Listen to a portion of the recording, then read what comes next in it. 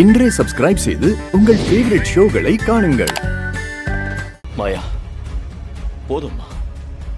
இதுக்கு மேல இந்த வீட்ல இருந்து நீ அசிங்கப்பட வேண்டாம். நாம போலாம் வா. இல்லப்பா, இதுதான் என் வீடு. சீனு கட்டின தாலி என் கழுத்துல இருக்கு. நான் இந்த வீட்டோட மருமக. என்ன ஆனாலும் பரவாயில்ல, எவ்வளவு அவமானப்பட்டாலும் பரவாயில்ல, இந்த வீட்டை விட்டு நான் வர மாட்டேன். ஏய், இந்த மாதிரி எல்லாம் நாடகமாடி எல்லாரையும் நம்ப வைக்கலான்னு பாக்காத. அண்ணன் சொன்னதுக்கு அப்புறம் மறு பேச்சே இல்ல. ஒழுங்கா இங்கிருந்து வெளியே போடி. போடி. போடிடா. நான் ஏன் போகணும்? இது ஏன் வீடு.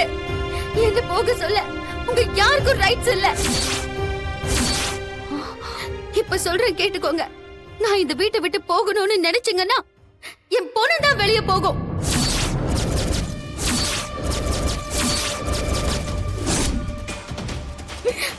மாயா, என்னம்மா இப்படி பேசுற?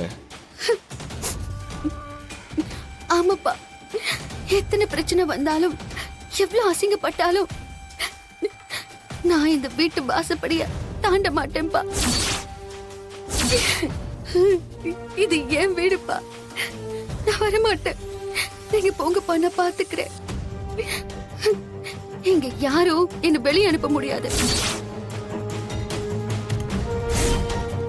பாத்தீங்களான்னு? பாத்தீங்களா அவ எப்படி பேசுறான்னு? உங்க வார்த்தைக்கு மரியாதை கொடுக்க மாட்டேங்கிறா.